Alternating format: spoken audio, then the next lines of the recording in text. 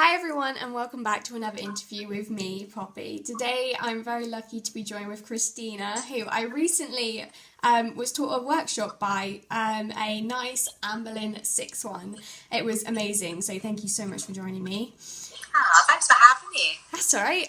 My first question for you is nice and easy one. Where did you study? Professionally, so I went to Arts Ed in Chiswick. So I moved there when I was 17? 17, yeah. Yeah, well, not far away from me actually. Really? I'm 16, so yeah. Making me feel old now. Second question, can you list the performances you've been involved in? Yeah, I'll work backwards, shall I? So I've just done a show called The Boy in the Dress at the RSC. Before that, oh God, see, now you're testing me. Before that, what did I do before that? What year are we? 2020. Thanks. Oh God. So 6, obviously, In the Heights. I've done Shakespeare. I've done The Winter's Tale. Oh, wow. I've done Little Shop of Horrors. I've done Rent. Shrek. We Will Rock You. A show called Urinetown. A show called Edges. Yeah, that's all I can think of at the minute. That's all you can think of. There's a lot there. My brain went totally blank there. Yeah. Well, I think you've done well to do that many. I mean, you've already done an awful lot more. What performing arts do you do off the stage? Because obviously I know you do so many performances, but I also know you do workshops, and I was just wondering, was there any other things as well?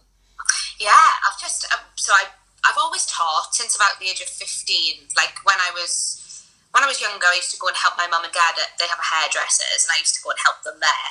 And then, so I never really needed to find a job because I used to work my hours there. But then my local dance/drama school were looking for some staff, and I was like, I might just go and do that. And so I've been doing that since I always used to help with the younger ones anyway. So I've been teaching since about 15, and I've always loved it. It's something I did whilst I was training. It's something I did whilst I've been performing. It's something I've done, like I do, Yeah, I love doing it. Do it so now. So I love doing that. So I do that. And then recently I started my own little company called The Agony Actor, which is a support system for actors, so like a mentor for actors, because being an actor myself, I've realised how little support we have within the industry, and support, we kind of know how to do certain things, but getting from A to B sometimes, we're expected to kind of do it ourselves, and we're expected to keep going and be the best versions of ourselves all the time, and no one quite supports the knockbacks, Yeah. Or not even just the knockbacks, just you've got 24 hours to learn something, go. You've got 24 hours to get a tape done, go. Like it can be quite intense sometimes. So I wanted to set something up that kind of supported people generally through that. So at the moment, I'm spending quite a lot of my time in one-to-one sessions and facilitating workshops for people within our industry to kind of bridge the gaps where, we're taught so much, but then there's sort of little areas that we kind of miss. Yeah. So I'm just trying to bridge those gaps, just to try and make everyone feel at ease, because ultimately not everyone can get every job they go for. And so you have to sometimes be able to deal with, especially when you get so close to a job, and then you find out you're in the last 2, and then you're the one that doesn't get the job. Or for instance, if you are the one that gets the job, we spend so much time talking about auditions, we then don't talk about, what about when you actually get the job, and then you have to mentally prepare yourself to do it, or we don't really fill in the gap. So I'm spending quite a lot of my time doing lots of that at the moment. Yeah, well, that's one of the reasons why I'm sort of doing these interviews, because I have no clue where I'm going, so it's great to hear other people's views on things and how they got to places, because it's really helpful. Yeah, and I think it's like, I reiterate this all the time, so many people in our industry, like, they can, from your age, even younger, we're taught to compare ourselves, and I think everyone goes on their own journey with this, and I think sometimes it's really important to remember that everyone, so it's really good to hear lots of different stories, I think, because you'll find the one that you can relate to most and go, oh, they managed to do it, and they kind of are in similar circumstances to me, so So this is great what you're doing. It's so great. Thank you. What's been your favourite role to play? Oh, that's an easy one. Nina in the Heights. See, I've never watched that. I've never watched that, but I know I've heard so many good things about it. I really do need to watch it.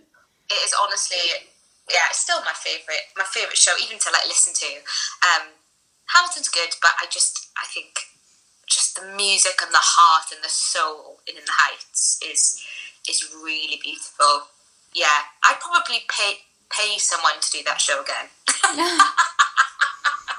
Why not? Bribe my way back in. But yeah, no, and I'm really excited for the film coming out as well. Just really hope it's good.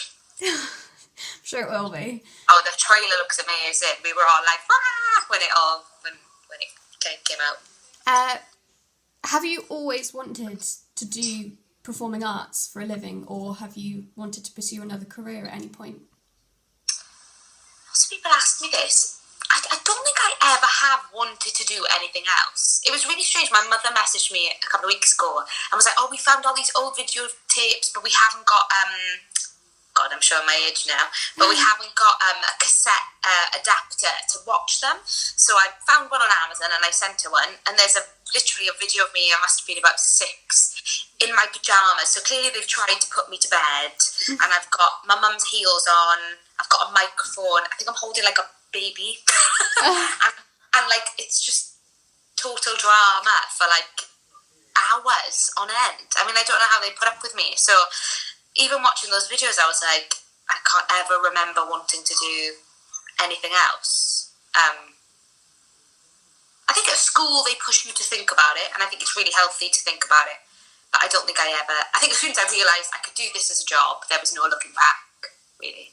That's really good, actually, because obviously I've been told, "Oh, have a backup, have a backup, have a backup," but it's always nice to think in that. But then I've always had the teaching as well, so or if there's anything that I'm inspired by or that I want to do, I do it. It doesn't, even if it's, I think you have to get used to doing other things when you're an actor, because 95% of actors are out of work at one time, so you have to have something that can go alongside it that you're passionate about. And for me, teaching was always that thing, so I always loved doing that alongside it anyway. And for me, it all informs. I've had in between jobs at agencies, backstage, so I've seen theatre from so many different angles, and TV. I worked in an accounts department on a film, on the film Justice League. Random. Oh. I know, random.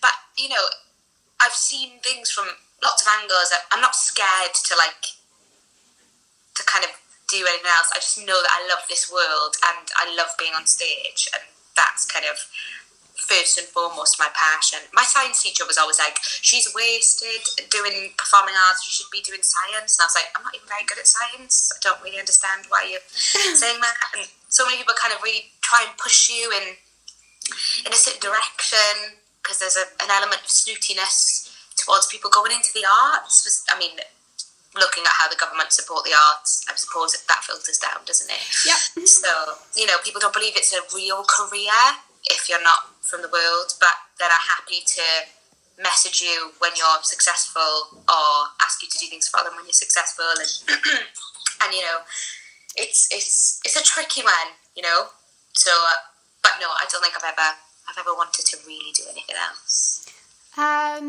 What advice would you give to someone looking to find an agent? Ooh. The biggest advice is, for me, you're looking for them just as much as they're looking for you. So, signing with an agent, be sure that there's someone you want to sign with just as much as the other way around. Mm-hmm. You need to know that someone can sell you. You need to know that you're going to get on. You need to know that you can talk very openly to an agent, and you need to know that you're going to be submitted for the right things.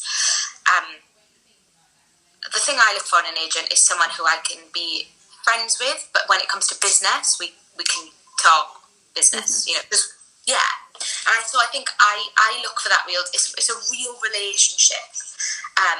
And lots of people think the agents do all the work, and it's not true. It's 50-50. You really do work hand in hand with a really good agent. You work hand in hand. They contact you and to see if you're interested in doing something. You contact them when you think, oh, what about this or what about that? And, you've got to be able to work as a team. So I think find someone that you can work with and someone who's passionate about what you do just as much. You have to be passionate about what they want for you.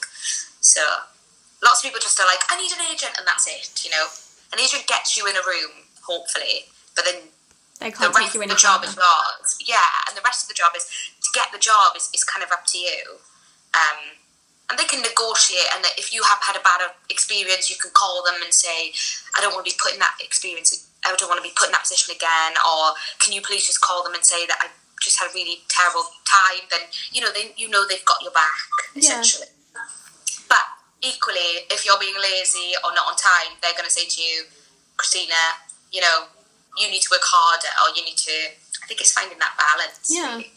Well, that sort of leads me on to my next question, which is, who has been your favourite person to work with? Oh, now that's really hard because I have worked with so many. Yeah, you can have a couple of people. Oh gosh, so many people. I can't even think to name them. I love working with the wonderful Luke Shepherd, who directed In the Heights, and Drew McCorney. In fact, that whole cast and that whole team, it was a project of absolute love. It didn't matter if you worked in the lighting department, the sound department, the designing department. Usually you don't really meet those people on shows. Sometimes you don't. They pop in, they set it up and they leave. But that show, it was a short blitz of time, but we all everyone was there for the love. Yeah. We weren't all on great money, to be honest. It was a bit of a passion project. That was incredible. On Urinetown, I got to work with another phenomenal cast: Jenna Russell, Johnny Slinger, Simon Payson-Day, Julie Japp. So many amazing actors, and Richard Fitch, who was our assistant director. He was incredible. Who else? Oh, and Richard Rowe, he was amazing on that. Honestly, the list is endless. I could go on and on about so many people. It's almost easier to tell you the people I didn't enjoy working with than it is to tell you the people I did enjoy. I'm not going to. I was going to say, I'm not going to make you do that. But it's hard. I've just done The Boy in the Dress and worked with a phenomenal team on that. The musical director Alan Williams, who I've worked with 3 times now, he's brilliant. His assistant Laura Bangay, brilliant. Sarah Tipple, Laura Cubitt, who was our puppetry captain, who's just phenomenal. The cast, I just think I've been really fortunate. Even with teachers before I started as a professional, I had amazing teachers at school. My music teacher, Georgia Jones, at school was just incredible. And then Helen John, my drama teacher, was just amazing. The whole drama department there. I've been really lucky. It sounds like it. I must be like a magnet for really cool, talented people. Most of why sometimes I feel a bit like I don't deserve to be here. I can assure you probably do. Oh, bless you. But yeah, no, amazing people. I mean, even on 6, Lucy and Toby, and we had a slightly different team in terms of creatives. Joe Baton, who was our musical director, is now musical supervisor. But yeah, some amazing people. And then you go into one of my favourite things to do within the industry is to do new musical workshops. So I love doing new stuff, and so you get to meet a whole new bunch of creative people there. So yeah, loads of people. They just sound like empty names now, but yeah, just so many incredible people that are very inspiring, and hopefully are going to push this industry and save this industry, and we'll all be part of that kind of unit of trying to be better and to bring entertainment back, I guess. Yeah. Well, that was definitely more than one person, but it was. I know. Sorry, I'm not very good at choosing favourites or choosing because everyone gives me something different. And you don't even have to be a person I work with to do that for me. Even some of my clients that I meet, I'm like, oh my God, you inspire me. I'm such a people person anyway, and Yeah, me too. Yes. So, yeah. So I like taking like bits from everywhere. I think that's kind of, there's no like solid person where I'm like, you've given me everything I need. Like I get so much from so many inspirational people. So yeah. Sorry, that was a really long answer. That's fine. Well, my next question is, what for you is the hardest part about an audition? I think the hardest part about an audition, I think it's a totally different skill that you kind of learn as you go along. It's finding the balance of showing who you are, showing what you can do, and being confident with what you're delivering in 5 minutes. And I think that's the skill. And you're walking into a room, and the hardest bit is realising that the room you're walking into is actually your room for that 5 minutes. It's not the panel's room. You are going in there to deliver your idea. You are going in there to say, this is why you should employ me, because this is what I can give to you. And that's really hard, because you have to give them almost a piece of yourself and lay it on the table, and they could say, no, we don't like that, or no, we don't want that. And that can be really, really daunting. So I think it's a skill. The whole thing, the whole audition process is just it can be very stressful if you let it consume you. I think it's better to worry about the things you can control rather than worry too much about what you can't control. Because if you worry too much, there's so much you can't control, and I think that's the scariest bit about auditioning. Yeah, that makes sense. What specifically, do you have like one more thing specifically that you would love to accomplish? Oh yeah, yes. I'd love to originate like a big meaty role. I don't know what yet. I've gone through a few ideas. Sometimes it's best if you don't know what exactly, because then you've got the doors open to everything. Yeah, but I'd love it to be like a big thing, a big kind of journey. I'd love to originate, something brand new that no one's ever heard of. Yeah, well, yeah, I completely understand that. That would be amazing. That would be quick. What advice would you give to someone going into the industry or hoping to go into the industry? Yeah, lots of advice, but I think that one thing is be a sponge. I love that. Yeah, like soak up everything. Even if you don't really, I mean, within reason obviously, but even if you think, I don't know if that helps yet, like try it, be brave, and then if it doesn't work for you, you don't need it. But I think the more you learn and you go, actually I find that useful. Oh, actually I find that more useful. So actually I can get rid of that and keep that, And I think the more you try and absorb from people with experience and people you respect and people that you trust, the better. And try not to compare yourself. Yeah. And sometimes you have to go backwards to go forwards, I think, as well. Sometimes you have to be a bit like, I don't know if I believe in what I'm doing, to then go, oh no, I've reshaped it now. Yeah, okay, now I believe in it, It's just allowing yourself to be vulnerable and allowing yourself to be like, ooh, that feels, even if it's like singing technique, for instance, someone's making you change the entire way you sing because actually technically it will serve a better purpose later on down the line, then that can be really scary because you cannot sound like you for a bit and things go backwards before they go forwards because things have to kind of undo before you redo. And I think when you're training, you have to be prepared to become a little bit untangled before you kind of rebuild again. So I think be brave and soak everything up and practice. Well, and enjoy it. Yeah. That's the big one. Enjoy it. Yeah, well, for most interviews, that would have been my last question. But actually, for you, I did have one more, which was, I haven't asked anyone else this before, but it has always bugged at me because I'm quite short. Do you ever get sort of, not discriminated against, but put second best if you're not the average height and the average build?